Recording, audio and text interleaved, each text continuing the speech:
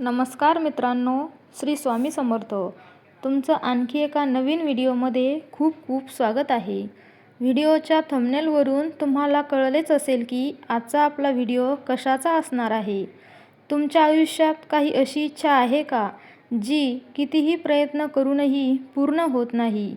मग ही कथा तुमचं आयुष्य बदलू शकते. कारण कामदा एकादशी हे व्रत फक्त उपवास नाही तर मनोकामना पूर्ण करणारी एक दिव्य शक्ती आहे.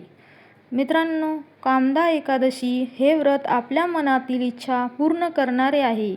मित्रांनो, चला तर मग वेळ न घालवता सुरू करूया. प्राचीन काळात एका सुंदर नगरीत एक अद्भुत घटना घडली होती. त्या घटनेमुळेच आजही लोक कामदा एकादशी अत्यंत श्रद्धेने पाळतात.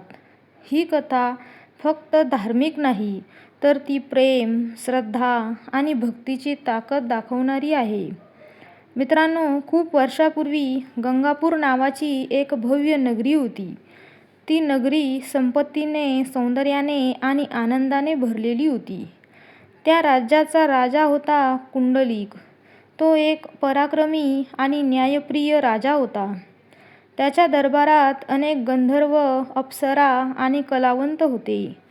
त्या दरबारात सुनील नावाचा एक गंधर्व आणि त्याची सुंदर पत्नी सुमित्रा राहत होते. दोघेही एकमेकांवर खूप प्रेम करत होते. त्याच्या प्रेमाची चर्चा संपूर्ण राज्यात होती. मित्रांनो, एक दिवस राजा कुंडलिकाच्या दरबारात मोठा संगीत कार्यक्रम चालू होता. सुनील गंधर्व गाणं गात होता. पण त्या दिवशी त्याचं मन त्याच्या पत्नी सुमित्राकडेच लागलेलं होतं. तो गात असताना त्याचं लक्ष विचलित झालं आणि त्याच्या गाण्यात चुका होऊ लागल्या. राजाच्या दरबारात कर्कोटक नावाचा एक सर्प होता, जो खूप कठोर आणि न्यायप्रिय होता. त्याने लगेच ही चूक राजाला सांगितली. राजा कुंडलिकाला खूप राग आला. त्याने संतापून सुनीलला शाप दिला, "तू तुझ्या कर्तव्यात निष्काळजीपणा केला आहेस, त्यामुळे तू आता एक भयंकर राक्षस होशील." क्षणात सुनील एक विक्राळ राक्षस बनला. मित्रांनो, सुनीलच्या या अवस्थेमुळे सुमित्रा फार दुःखी झाली. तिचं आयुष्य पूर्णपणे बदललं. पण तिने आपल्या पतीला सोडून दिलं नाही. ती त्याच्यासोबत जंगलात जाऊन राहू लागली. राक्षस झालेला सुनील खूप वेदनेत होता. त्याला स्वतःचं रूप सहन होत नव्हतं. सुमित्रा दिवस-रात्र आपल्या पतीसाठी उपाय शोधत होती. तिच्या डोळ्यांतून अश्रू थांबत नव्हते. मित्रांनो, एक दिवस जंगलात फिरत असताना सुमित्राला एक महान ऋषी भेटले. त्यांचं नाव होतं महर्षी ऋषी. सुमित्राने त्यांना आपल्या पतीची संपूर्ण कथा सांगितली. ती रडत रडत म्हणाली, "माझ्या पतीला या शापापासून मुक्त करण्याचा काही उपाय आहे का?" ऋषींना तिची करुणा आणि निष्ठा पाहून खूप दया आली. महर्षी ऋषींनी सुमित्रेला त्या शापातून मुक्त होण्याचा उपाय सांगितला. मित्रांनो, ते म्हणाले, "तू कामदा एकादशी हे व्रत पूर्ण श्रद्धेने कर. या व्रताची शक्ती इतकी महान आहे की कोणताही शाप दूर करू शकते." त्यांनी तिला व्रताची संपूर्ण विधी सांगितली. एकादशीच्या दिवशी उपवास करायचा, भगवान विष्णूंची पूजा करायची, रात्रभर जागरण करायचं आणि द्वादशीला दान करून व्रत पूर्ण करायचं.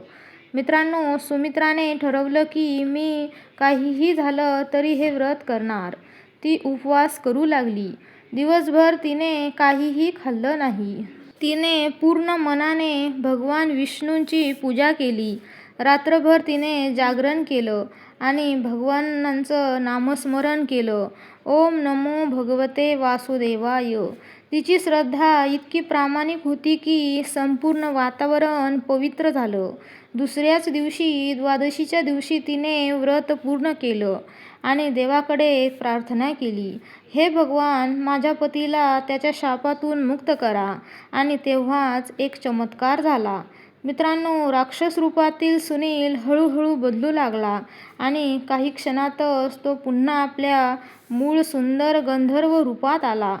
मित्रांनो, सुमित्रा आणि सुनील दोघेही आनंदाने भरून गेले. त्यांच्या डोळ्यात आनंदाश्रू होते.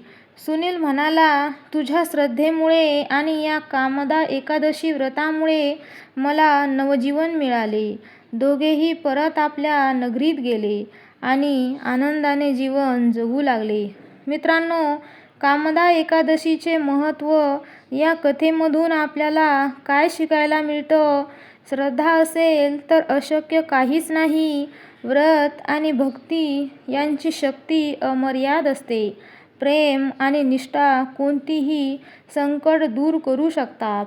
कामदा एकादशी हे व्रत विशेषतः इच्छापूर्तीसाठी केलं जातं. जे लोक हे व्रत श्रद्धेने करतात त्यांच्या मनोकामना नक्कीच पूर्ण होतात असं मानलं जातं. मित्रांनो, कामदा एकादशीचे व्रत कसे करावे हे आता आपण जाणून घेऊया. सकाळी लवकर उठून स्नान करा. दिवसभर उपवास ठेवा. व्रतकथा ऐका किंवा वाचा. रात्रभर जागरण करा. जर तुमच्या मनात एखादी इच्छा असेल तर एकदा तरी कामदा एकादशीचे हे व्रत श्रद्धेने करून बघा. कदाचित तुमच्या आयुष्यातही या कथेसारखं बदल येऊ शकतो. मित्रांनो, तुम्हाला ही कथा आवडली असेल तर व्हिडिओला लाईक करा. कमेंटमध्ये ओम नमो भगवते असं लिहायला विसरू नका. चॅनल पवित्र धर्मकथा सबस्क्राईब नक्की करा. भेटूया आणखी एका नवीन व्हिडिओमध्ये. धन्यवाद.